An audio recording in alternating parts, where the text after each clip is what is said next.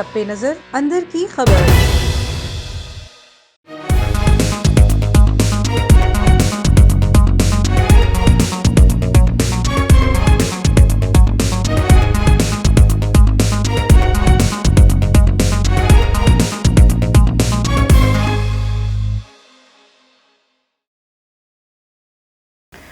बिस्मिल्लाहिर्रहमानिर्रहीम। अस्सलाम वालेकुम नाज़रीन। प्रोग्राम अवाम की सोच के साथ मैं हूँ कानिता इम्तियाज़।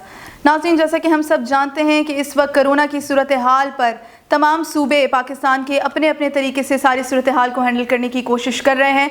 इस वक्त सिंध में इस हवाले से क्या सूरत हाल है, क्या इकदाम उठाए जा रहे हैं। दूसरी जानिब टिड्डी दल की जो यलगार हुई, ज़राअत को नुकसान पहुँचा, इस हवाले से क्या इकदाम उठाए गए। और सबसे इम्पॉर्टेंट चीज़ कि 18वीं तरमीम के बाद जब ज़राअत सूबों का सब्जेक्ट बन चुकी है तो सिंध हुकूमत इस सारे मामले को विफाक पर डालने की कोशिश क्यों कर रही है, इस पर आज हम प्रोग्राम में बात करेंगे। इस पर बात करने के लिए हमें ज्वाइन किया है GDA के रहनुमा बैरिस्टर अरसलान बाबन साहब ने। अरसलान साहब, सबसे पहली चीज़ तो ये बताइए कि सिंध में इस वक्त कोरोना की क्या सूरत हाल है।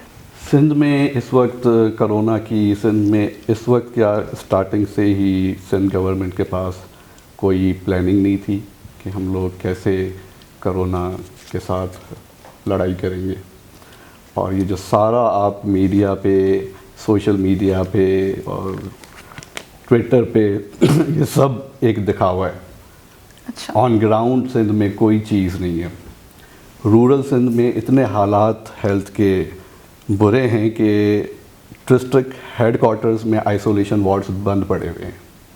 मैं आपको खैरपुर का एग्जांपल देता जाऊं, दो सीनियर डॉक्टर्स की इस वक्त ड्यू टू कोरोना डेथ हो चुकी है और उनमें से एक को मैं काफ़ी जानता था और वहाँ आइसोलेशन, वो 2 दिन आइसोलेशन वार्ड में थे खैरपुर में। उसके बाद वो शिफ्ट हो गए वापस, उन्होंने अपने भाइयों को कहा कि मुझे कराची शिफ्ट करें और वो साउथ सिटी हॉस्पिटल में शिफ्ट हुए जहाँ फिर उनकी डेथ हो गई।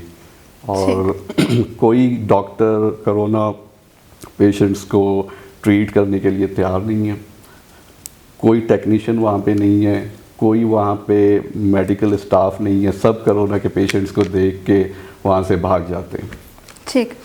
अच्छा, कोरोना वायरस के टेस्ट सिस्टम के हवाले से जो है वो काफ़ी किस्म के सवालात उठ रहे हैं, तो सिंध हुकूमत ने इसके हवाले से कोई ठोस इकदाम किए हैं या नहीं? टेस्टिंग तो वहाँ पे सिंध में बहुत ही नाकिस है और टेस्टिंग है भी नहीं वहाँ पे, क्योंकि अब मैं अपनी डिस्ट्रिक्ट का आपको एग्जांपल दे दूँ कि डिस्ट्रिक्ट हेडक्वार्टर की सिविल हॉस्पिटल में एक दिन में 6 से 7 मेडिकल किट्स मौजूद होती हैं, इससे ज़्यादा मौजूद नहीं होती। और जो टेस्ट होते हैं उनके 3-3, 4-4 हफ्ते तक रिज़ल्ट नहीं आते। जो इम्पोर्टेंट लोग हैं उनके रिज़ल्ट ये लोग भेज देते हैं बड़ी बड़ी लेबॉरेटरीज़ में, जैसे आगा खान हो गई और प्राइवेट लेबॉरेटरीज़ हो गई। लोग वहाँ पे अगर कोई सरकारी हॉस्पिटल में जाता है तो उसका अगर वो पॉजिटिव है तो नेगेटिव आ जाता है test, and if he is negative तो उसका पॉजिटिव आ जाता है। मजबूरन लोगों को प्राइवेट हॉस्पिटल्स की तरफ जाना पड़ता है और वहाँ पे जो टेस्ट की प्राइजेज़ हैं वो 8,000 7,000 पर टेस्ट है और वही सही रिज़ल्ट्स आते हैं। बाकी गवर्नमेंट लेबॉरेटरीज़ और हॉस्पिटल्स में तो कोई किसी किस्म का रिज़ल्ट नहीं आ रहा। ठीक है। अच्छा, सिंध हुकूमत हेल्थ निज़ाम से मुतालिक जो है वो काफ़ी अच्छे दावे करती नज़र आई है, तो इस सारी सूरत हाल पर काबू पाने में क्यों नाकाम है? ये दावे ही हैं, ऑन ग्राउंड वहाँ पे आपको कोई चीज़ नहीं नज़र आएगी।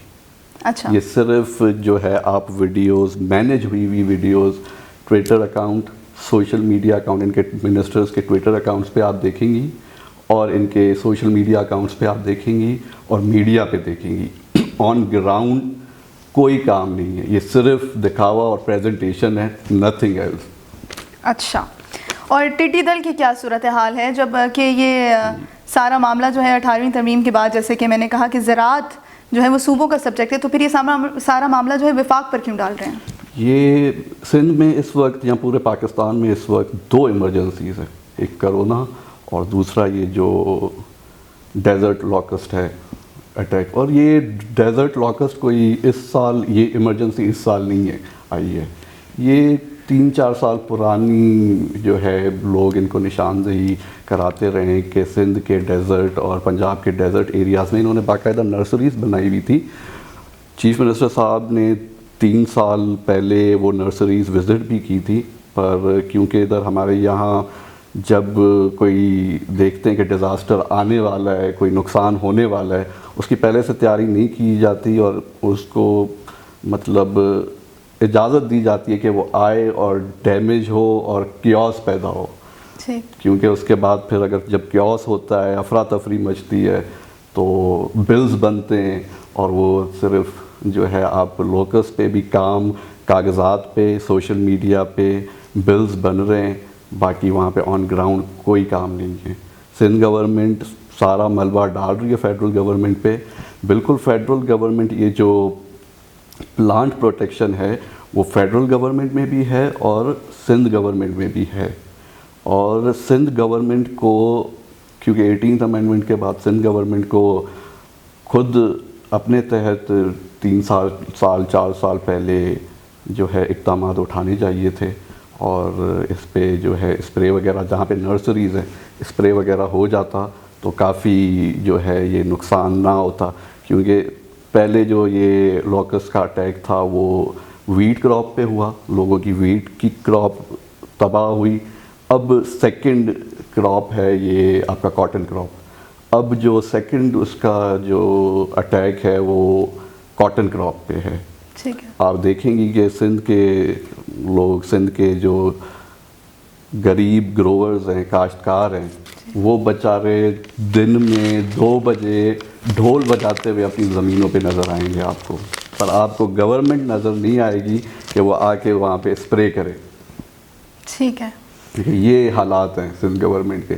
और आप देखेंगी इनकी ट्विटर अकाउंट्स में मैनेज्ड वीडियोस देखेंगी स्प्रे की। अगर ये लोग स्प्रे कर रहे हैं तो फिर जो है ये लॉकस कहाँ से आ गई? बिल्कुल ठीक। बहुत शुक्रिया आपका अरसलान साहब, आपने टाइम निकाला प्रोग्राम के लिए। Thank you. नाज़रीन, आपने बैरिस्टर अरसलान बाबन साहब की गुफ्तगू सुनी। उनके मुताबिक कि दोनों मामलात में कोरोना वायरस हो चाहे टिड्डी दल हो, इस सारे नुकसानात के ऊपर किसी किस्म की ग्राउंड रियलिटी बेस्ड कोई काम नहीं किया जा रहा है। जो भी चीज़ें की जा रही हैं वो या तो ट्विटर अकाउंट्स पर स्टेटस के ज़रिए बताई जाती हैं या मैनेज्ड वीडियोस के ज़रिए बताई जाती हैं। अब इस सारी सूरत हाल को संभालना किस तरह है, और उन्होंने ये भी कहा कि सिंध हुकूमत को चाहिए था कि ये सिचुएशन नई नहीं आई जो टिड्डी दल का यलगार हुआ है। इससे पहले से, काफ़ी टाइम पहले से इनको इस चीज़ को मैनेज कर लेना चाहिए था ताकि इतना नुकसान ना होता। अब आगे सूरत हाल किस तरफ जाएगी देखना ये है। इंशाल्लाह अगले प्रोग्राम में फिर आपकी खिदमत में हाजिर होंगी एक नए टॉपिक के साथ। अपना ख्याल रखिए, अपने आप को महफूज रखिए। अल्लाह निगहबान।